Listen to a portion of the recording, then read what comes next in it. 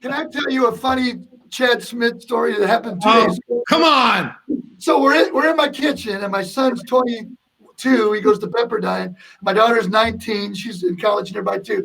And my son's buddy comes over, and we're always playing Chad. We're always playing Chili Peppers, and his buddy comes in, and all of a sudden, Can't Stop is on, and he starts twitching. We're going, "What's the matter, Ethan? What's the matter?" And he's going, and we're hearing the whole intro, no, no, no, no, no, no. And he kind of starts twitching. I go, "Ethan, what's the matter?" He said, "My roommate for 4 years in college, every morning, he would wake up at 6 a.m. to study with, na, na, na, na, na, and he's going,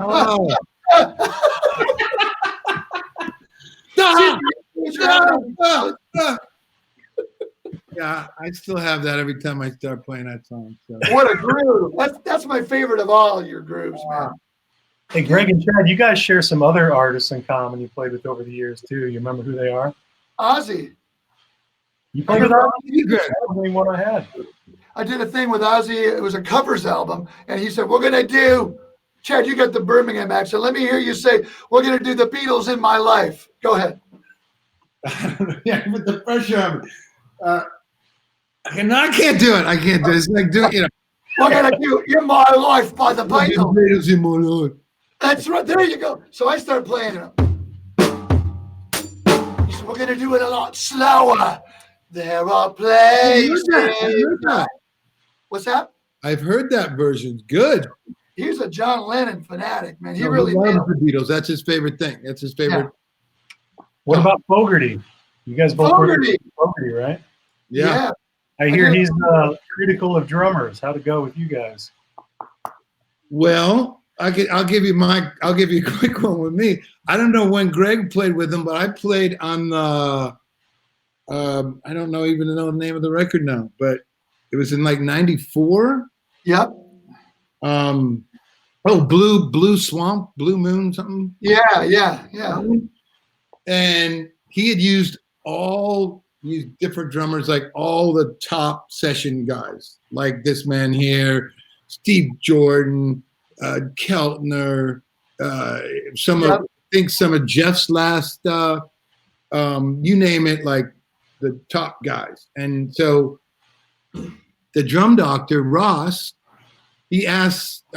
Fogerty asked Ross, who were the kind of younger guys that are, not any good or whatever. And so Ross somehow came up with my name and Josh Freese and a couple other guys. And he said, I'd like them to come over and play it. So I went over and he asked me, he's like, "John Fogerty." I'm like, "John Fogerty? Oh my God. Are you kidding me? I grew up on that shit. I would love to. Oh, that'd be great." So I go, "Greg, do you know Bob Glubb?" Bob recommended me to play with John. Go ahead. Yeah, I love Bob. What a bass player. Bob must hate us because it was torture. No, I'm kidding. Bob's playing bass. Fogerty, I show up. I'm kind of nervous. I'm like, this is fucking, this is a big deal. But I come in and Fogerty's banging a note on the piano and wanting Ross to tune the snare to this note. Right? And I'm going to Ross. I'm going, okay, that's cool. But he's got to know in about 5 hits, it's not going to be that note anymore. Okay? Whatever you want. So right then I was like, And so we sit down and Bob's sitting there and Fogerty and the three of us, and we play this song. I forget the song. It's kind of straight ahead CCR rocker swampy thing. Great. We do it a couple of times. Sounds good. Yeah. He goes, "Yeah, it sounds good. Let's do it again." I'm like, "Okay, let's do it again." Okay. Want me to change anything? No, it's fine. Okay. And we played it like 17 times that day. And I'm just, you guys know after like the 4th time, you're like, whoa. Hey. And we finished it. And I said, "God, that's great." And let's do another one. And Fogerty kept going, no, let's keep doing it. And I think I said something like, "Man, I could do this all day." And Bob goes, "You will." And we did. I came back the next day, same thing, same song all day long. I don't know if you had the same experience, Greg. what happened with me was I remember Bob saying, "Hey, what are you doing tomorrow?" Because Fogerty's having all these great drummers come in, and he mentioned you and I think Vinny and Jeff and What was Kenny that record?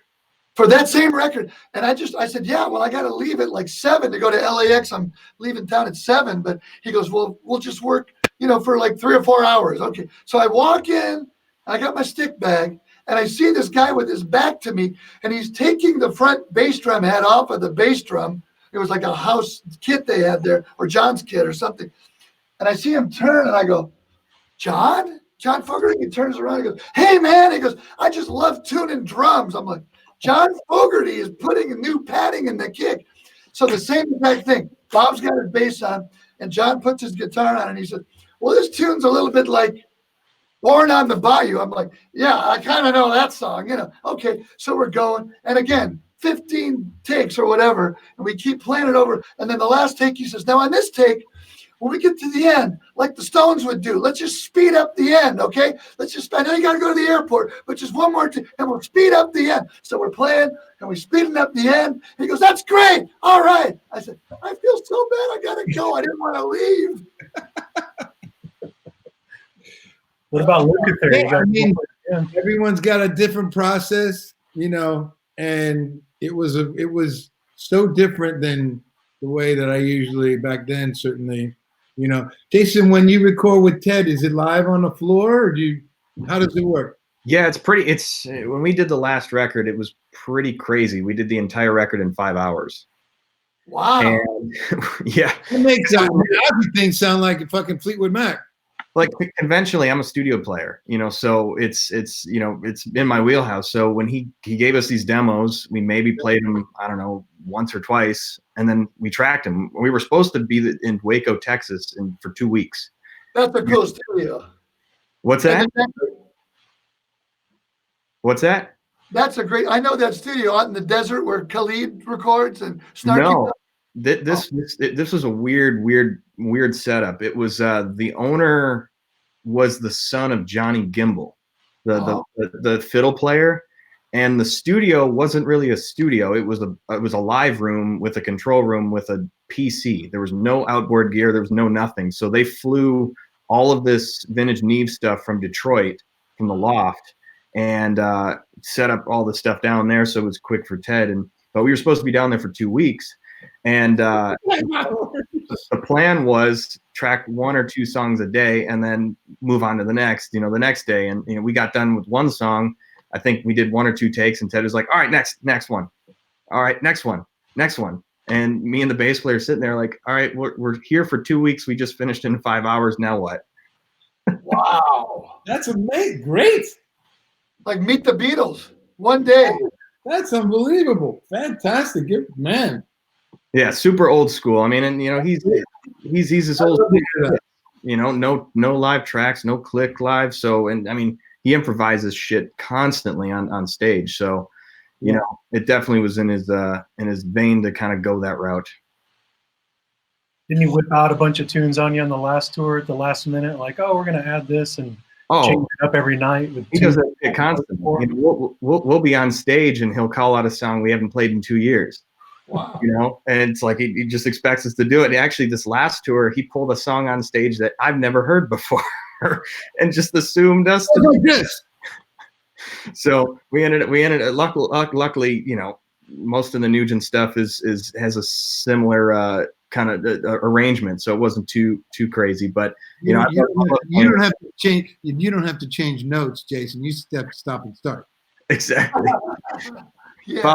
Follow him when the stop and then follow him. But Nugent has the craziest endings. No, absolutely. And right? Like, bam, bam, bam, bam, bam, bam, bam, bam, bam.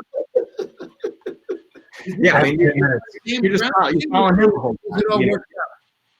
You never know what the hell this guy is going to do on stage, because it's he's so in the moment and he's so in sync at that point. He changes shit constantly, and I think it's what makes it fun, because we're not lined to a click. We're not everything changes every night. Yeah. You play any of those Night Ranger songs? No. Sister Christian. Kelly. Okay, what was his band? Sorry, Damn Yankees. Yeah. And he Oh yeah, damaged- Ted Nugent, not Night Ranger. Yeah, yeah, I'm sorry. It was the guy from Night Ranger and the guy from Styx. And Yeah, Jack Blades and Tommy Shaw and yeah. there you go. yeah. Michael Cardelloni. Michael Cardelloni, yeah. Does he play for Leonard Skinner now? Yes, he does. Yes. Sweet Home Alabama. Did does it ever get weird with I love Ted's music, but the politics and all the other shit is just out the fucking crazy to me. So Let me tell you as a fan, okay, showing up to the Canyon Club out in Woodland Hills, where Greg lives right around the corner from there. We all know it well. But when you go to see Ted out here in California, at least, like you're going through a full-on protest to get into the venue. I'm like, right. Does that happen a lot, Jason? Oh man. Yeah, depending on the markets, but honestly, it's not too bad, But the fans are coming to see the music, and it's kind of funny because I always look at his demographic split 3 different ways. You've got the music lovers, you've got the hunter lovers, and you've got the politic lovers. So it's 3 completely separate demographics that show up at our shows, and it's it's absolutely phenomenal. It keeps it again interesting. Is he still like shooting like? I saw a show at the House of Blues. He shot like Janet Reno in the ass or something, and then he had a guy that like actually shook her. Yeah, we don't do none of that stuff anymore. But I was dying. Turn him up wide. I swear to God, he had the bow and arrow, shit. He was like, and he will talk some shit, some serious shit. Anyway. He speaks his mind and doesn't give a shit. Nope. How about Coney Island? Is Coney Island still there, man? The 2 different Coney Islands next to each other? Oh, yeah, American and Lafayette. Absolutely. American and Lafayette by Tiger Stadium. Yeah, absolutely. Which one's the best one? Yeah, which one's the best, Jason? Come on. I usually go to both when I go down there. Very politically correct. Look at you. Come on. He's 26. I'm a Lafayette man. I mean, they're both so different. You gotta get one of each. They tried that out in L.A. Did you ever go there, Chad? Off Melrose, they had the Lafayette guy. He started another. It didn't really go over, but it was great for a couple of years. My brother and I used to go down there. How's Matt? Good? Matt's good. Yeah, he's home. Did you know Bob Birch at all back in Detroit? Yeah. Bob passed away, and was our best friend. He was Matt's student teacher on bass, and he passed away years ago. And Matt said, no, I can't play with Elton. This is not the way you get a gig when your best friend passes away, And anyway, he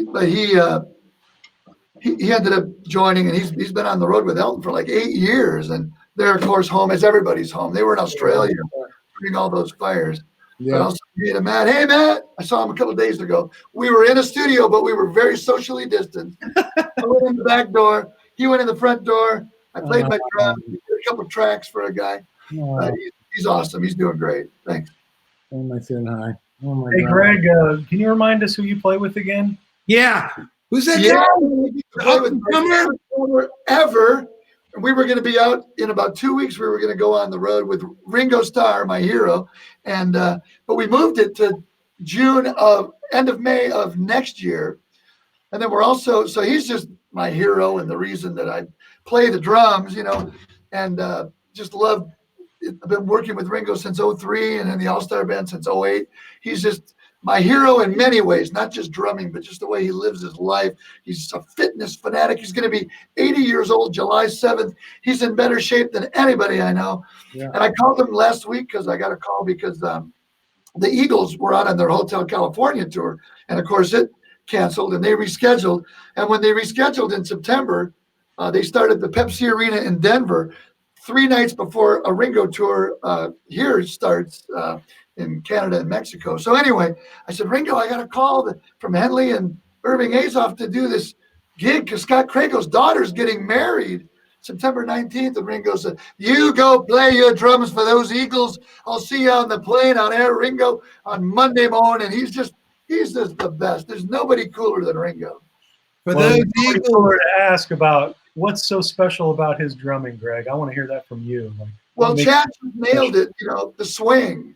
And Chad, I saw your great tribute to Ringo. That was so well done. Oh. Ringo swings, he grew up, in Liverpool, and whether he was, listening to skiffle stuff or the Eddie Clayton skiffle group that he was in, or if it's Rory Storm and the Hurricanes, his stepdad was into Artie Shaw and a lot of jazz, and he wouldn't poo-poo Ringo's music and say, "Oh, don't listen to that." But he'd say, "That's cool. Check this out." And he got him into swing. His favorite drummer, Ringo's favorite drummer, is Cozy Cole, Topsy. And we play that sometimes. I got a little cornet and I'll jam. We'll play Topsy at sound checks. He loves Cozy Cole. And that swing, that's the same swing. If you think about it, a straight 8-note song like, "Let me take you down Strawberry Fields," he's always putting that cool swing in there. So just like Chad said, the swing, the British drummers, a lot of them, they just had that great swing. But Ringo's swing, I think, was the greatest for a pop rock guy, putting that swing in there. Everything he does, I can't take my eyes off him. He's 5 feet away. Well, now I guess we'd be 6 feet away. But he's 6 feet away, and I'm looking at his snare going, man, don't flam with Ringo. And so it's just the greatest feeling ever to be, they had the headphones on as a kid. You're playing with Beatles songs. All of a sudden, there he is, and he's your friend, and we hang out, and we just, it's just a dream, man. It's really like a dream come true. Very cool. Somebody posted, a buddy of mine over in Nashville posted the Isolation track of him playing She Said yesterday. It reminded me, like listening to the go strokes and the swing and that groove, like no beat detective, no metronome, man, just humanity. And if you said a metronome, She Said, he and Paul, it's right, Paul and Ringo's Isolated bass and drum track. If you set a metronome to the 8-bar drum solo, tongue-in-cheek drum solo on the end, it doesn't budge. And he wasn't playing with a click. He's just got that feel.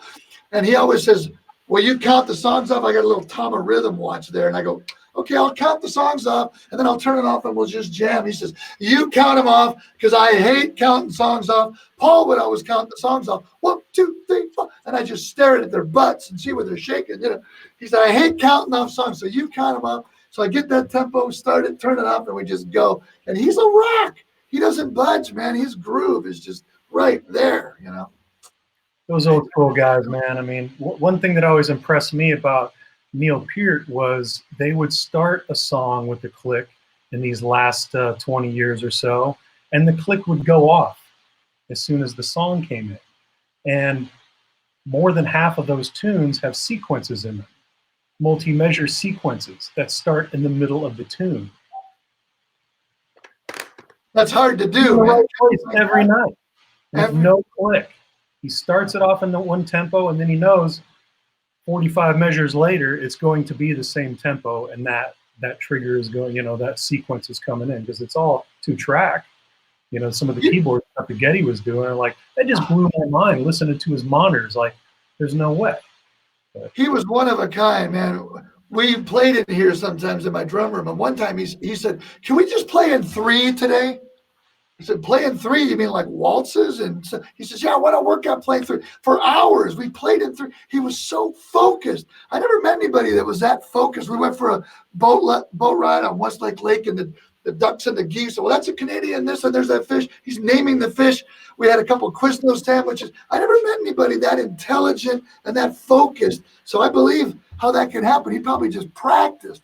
Chris, wouldn't you practice like crazy in the drum? Oh, discipline is his middle name, but he had a profound respect for jazz drummers and drummers like Chad, who just play the way they play from the heart. And, he always wanted that element in his playing too. And it's, I love those kind of drummers that just go searching for that knowledge and that growth their whole life, How about Chad on Buddy Rich Birdland, man? That is the Birdland take right there. Yeah, definitely. That is badass, Chad. Dude, I'm going to post that link in the comments, man. Come on, man. But you know what, Greg? I had to rehearse it at Drum Channel with Terry, Neil, who else? Who else? Blackwell. Yeah. And then, dude, I'm way out of my comfort zone. That shit. No, you're not. No, I'm telling you, I was like, You killed it. and I'm playing probably twice as hard as I needed to, and I was just so like, ah! It was so great, though, man. That's the best part. I get done and I kind of quiet and I look over. I'm like, I'm not fucking looking over at Neil and Terry are probably like, what the fuck? And Neil comes over and he goes, do you think you could play a little bit harder? Oh, Like him. He was like very dry. very dry. Terry was like, oh man, and Terry's just loving to death, and he's like, dude, he's so he's just an amazing person. Yeah. So he's always like giving me just props all the time. He's amazing. But he's like, Dad, that was great. You sound like Tony Williams, isn't that? I'm like, oh. Yeah. But Neil was kind of like. Tony Williams hit pretty hard, man. I'll tell you that. Anyway, that that Buddy and Neil, guys like that. There's. I see you, Don. Don Lombardi. Chad nailed it. I see Yes, you. He did. My uncle. But We love dude, that was a really fun thing, and I know, Greg, you've done those Buddy Rich things, and what an honor to be part What of. an honor for us to get to play with that band in memory of Buddy. What an honor.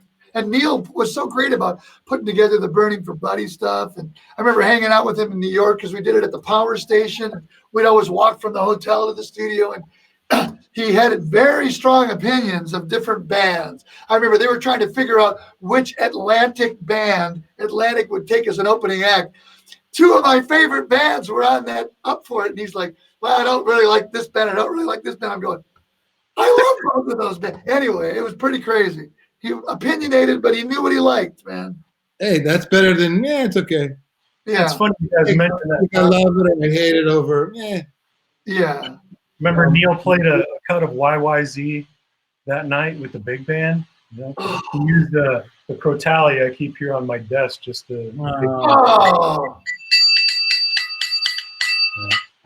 Oh, I'm getting From teary. that concert that night. That was what, 2008, I think? Yeah, man. I don't remember. 2008. Oh my gosh. I know how tight you guys were, Chris. I loved you so much, man. Yeah, well, I see your Mark Craney bass drum head there in the background. Neil's a big fan of his too. Mark Craney, for those of you who don't know, was my roommate and my hero. He played on Gino Vanelli, Brother to Brother. He played on Jethro Tull's tours and albums, Jean-Luc Ponty, and we were roommates. And my buddy Jeff Feynman brought this over a couple of weeks ago. I guess Mark had done this when he was in Sioux Falls, South Dakota in high school. And I remember when Mark was going through his really serious kidney issues and dialysis, and he didn't have much longer to live. And a letter came in the mail, and it said Neil Peart on it. And I'm like, wait a minute, Mark, you got some mail. And he opens it up. And I didn't know that he had opened up on one of the Rush tours with the band he was in. And he says, can you read it for me? And I read it, and it says, Mark, in an already hard industry, to be going through what you're going through, my thoughts are with you. And there was a check, and it was a check, and Mark's eyes bulged out of his head. He's like, Neil! And what a gracious guy. Wow. Mark Craney. Chad, did you know Mark? No, I don't. Unfortunately, no. But I know that you were good friends with them, and yeah, that Brother to Brother album, man, those fills and stuff. Amazing. I love those records. Paul, and the Pharaoh guys and your buddies, Paul and Mark, you turned me on to that Brother to Brother record. Oh, and Larry Fratangelo, It's right? a single-headed Tom sound, right? Right, single-headed Mike from underneath. You ever see Larry Fratangelo speaking in Detroit? I haven't seen Larry in a while. It's been a long time, unfortunately. I think the last time our band played in Detroit, and I think it was 2017, so probably 3 years ago. Okay, what a great percussionist. Yeah, the best. So He was in Pharaoh too, right? He taught me so much. Larry was, and coming off playing with Dennis and P-Funk. And so I was a little 20-year-old drummer, could, you know, Yeah. I was, you know, really rough, and he really helped me go from being a drummer to a musician. Wow. Best way I can put it, That's musically, and he was really he's great. And he played with all, you know, like Aretha and Earl Klugh and all the Detroiters. He was kind of the go-to percussion guy, and still, we played with Kid Rock and some other pieces. He's you know, he's Detroit all the way, so I love Larry. Yeah, Yeah, man. he's still around somewhere. Jason, Kid Rock, you ever do any stuff with him sitting in? Does he play all the time around Detroit?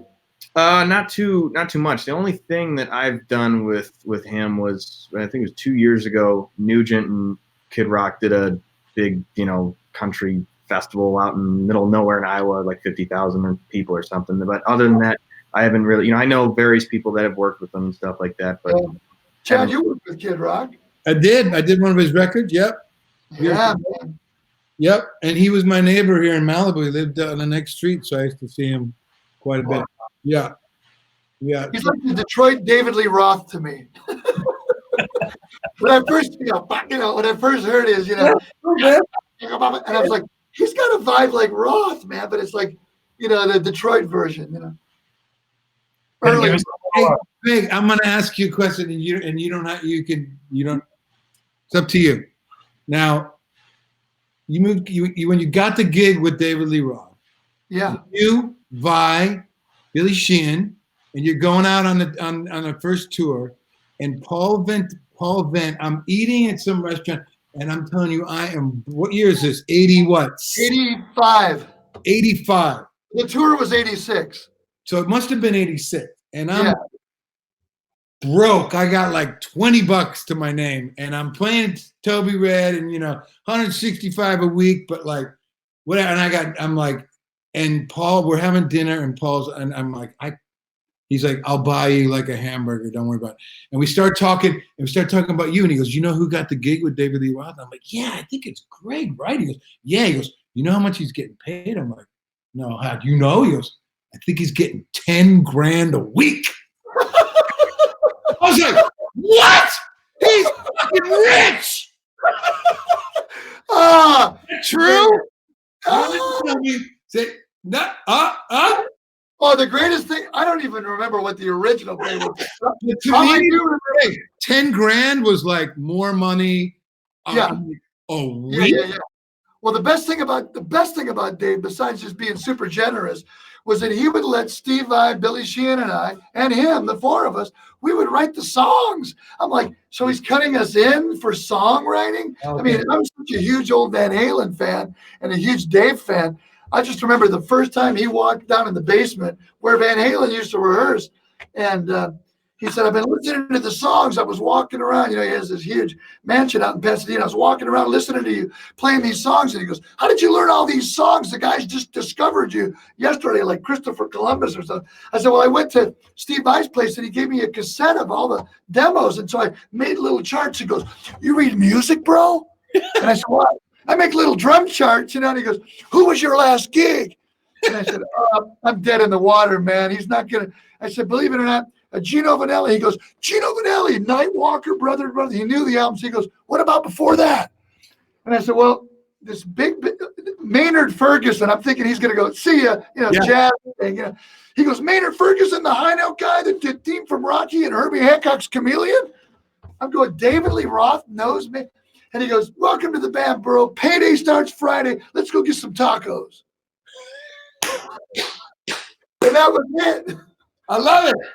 I mean, look, I'm friends with Sam and was in a little band with him, and Michael was in the band.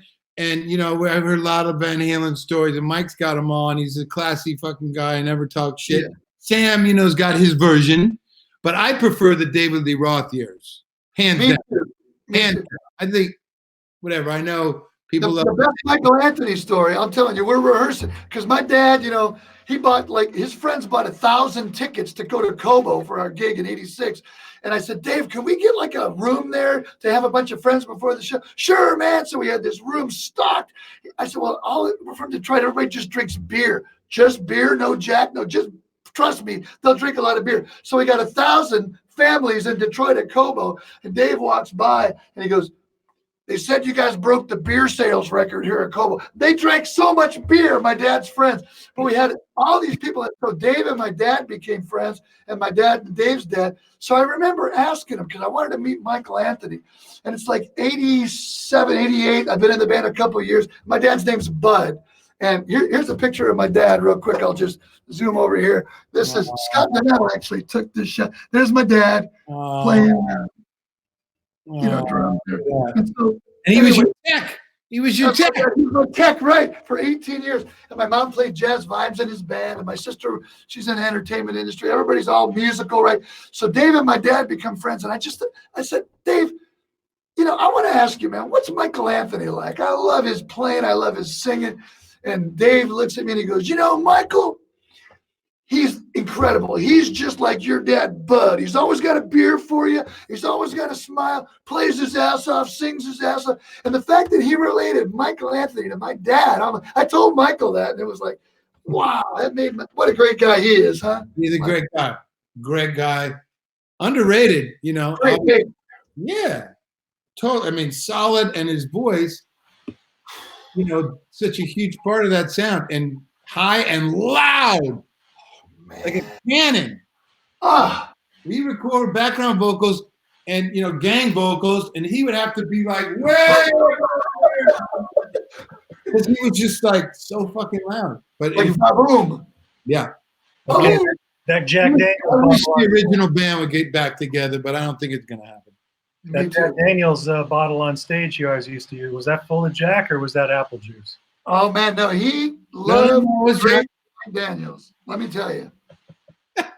We were in Edinburgh, Scotland, and after the show, we had a Scotch tasting party. There was a table, like two beer pong tables long, every different kind of Scotch. And I was like, wow. Dave loved his whiskey. We're taking whiskey to the party tonight, and I'm looking for somebody to squeeze.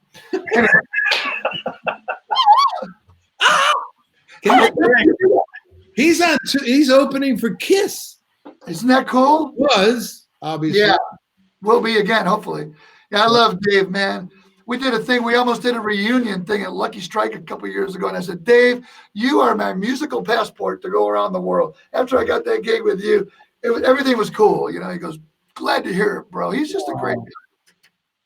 Hey, Greg, tell us the ticklish snare drum story. The ticklish? Oh, Ringo? Yeah. Oh, you guys will dig this. So, Jason, you're probably, I know, I'm way into your playing. I know you know about Rosanna, right? Jeff Porcaro, Rosanna. Oh yeah, Jeff's one of my idols, all-time idols. I figured. Well, there's all the snare in it. And Ringo, I recommended Luke. And Chad, you and I played a lot with Luke there. We love Luke. And and we're on an album together, Transition, you and I. That's right. I did one song on that. You killed it, man. And we're on Henry Shearer's album together. That was fun. That was super fun. I got to double game with Keltner on that one. Yeah, man. How cool was that? Oh my God. Unbelievable. Go ahead. Go ahead. He said, what should I play on Rosanna? You recommended your friend Steve Lukather. We're doing Rosanna, Africa, Hold the Line. He goes, Rosanna, there's all that snare stuff in there, the tickly stuff, like Chris said. What do I do with all that tickly stuff? I said, well, Ringo, why don't you just have fun and just play? And, maybe I said, people are coming to see you play. They don't care if you play the ghost notes. Is that what you call them? Ghost notes? Yeah, they don't care about, why don't you just go like, he says, I'm not a guy so much, I said, why don't you just play and have fun with it? He goes, is that cool? I'm going, is it cool? It's Ringo Starr and his all-star band. Of course it's cool. And man, Luke leans around and Ringo's playing that song and he's just smiling and having fun playing. He says, what about all that? I said, don't worry, I'll do that. And then you just come in on me too. But Ringo always goes by the vocals. And I told Chris this. He's making a few notes. Meet you all the way. And he knows there's a stop there. So meet you all the way. He's just thinking about the lyrics. And Luke had never heard this before. Meet, bop. Ringo does a big flam on meet you because it goes with the vocals. Meet you Oh, and he goes, whoa, whoa, I love that. And it's in the act. It's in the Awesome. it just fits the song because of the lyrics, you know. He's such a musical drummer. Yeah. There's a fantastic video of you playing with Toto. People want to go to YouTube and check that out. Just Toto, Rosanna, Gregg Bissonette. Oh, That thank feel, you. man, you had that feel so just, you're right in there, man. Why don't Oh, you give Jeff us was a a taste? hero, man. Why don't Jeff you give was us a a hero. taste? I'll never forget going to Perkins Palace to see Toto, and Alex and Eddie were there. And we went across the street later to hang out at this bar, and Jeff just kept saying, there, right there, pointing to Alex. He goes, that's the Godfather right there. Alex Van Halen and John Bonham. Alex Van Halen is such a great drummer, man. And I think being in Van Halen with his brother Eddie and Roth and whatever, but like more Eddie, I think really overshadowed his drumming for sure. I agree. I mean, he's a monster. Maybe Yeah. that's why people always say he's, one of the most underrated drummers. I'm like, underrated by who? Right. Maybe compared to Eddie, but not by drummers. Everybody loves Alex. I think drummers, yes, but I think maybe in the more, whatever in the mainstream of like musicians or whatever, he's not mentioned up with the Mitch Mitchells and the Keith Moons and Well, they can try to play that bell pattern in Hot for Teacher. No kid. I'll never forget Dave. I had my kid down in his basement, and he goes, "Why are your bass drums so short?" These are the new 24 by 18s. He goes, Alex Van Halen's were twice that long. How are you going to play a drum solo standing on your drums like I was talking about? They're twice that long. He thought that was normal. the big, cones coming out, the stereo cones coming out. He was a game changer, Alex, man. I loved it. I was always looking forward to like what kind of drum set is he going to have on this tour. It was so great. He always had the coolest shit. Was it the black Vistalite candy cane black white kit that had one of those bass drums was a refrigerator, wasn't it? I got that from somebody. One had a speaker cone. Yeah. Big speaker wedge. Yeah. I always thought like he had fire extinguishers. What a fucking badass has fire extinguishers on his drums. God! Come on. Come on! Refrigerator for Colt 45, right? Maybe the guy who has the helmet with the flame out of the top should have one of those on his. Yeah, what do you think of that guy? I could have used that extinguisher, but like and it said like flammable or something on it. I was just like, come on. Anyway, Good stuff, fellas. I'm gonna have to pay you for overtime if we don't wrap this up, man. What a blast this is. What a ball. Thank you so much for spending the time with us. Hope people had a great time watching. Thank you very much to our guests, Jason Hartless, Chad Smith, Gregg Bissonette. Love y'all. Greg, why don't you play us out with a little Rosanna? Jason, nice to meet you. Yeah, likewise. Or we could do a little bit of this.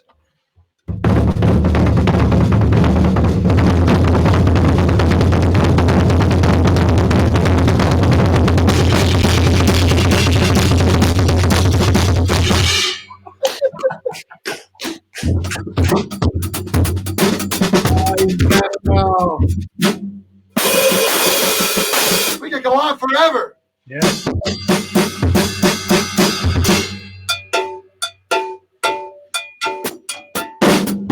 We could do Name That Tune, and these guys would be dancing and get every one of them for hours. Chad's doing that every day on his Instagram, man. You too. I know. I got to quit doing that shit. I'm running out of fucking beats. No, you never run out. I'm running out of beats, man.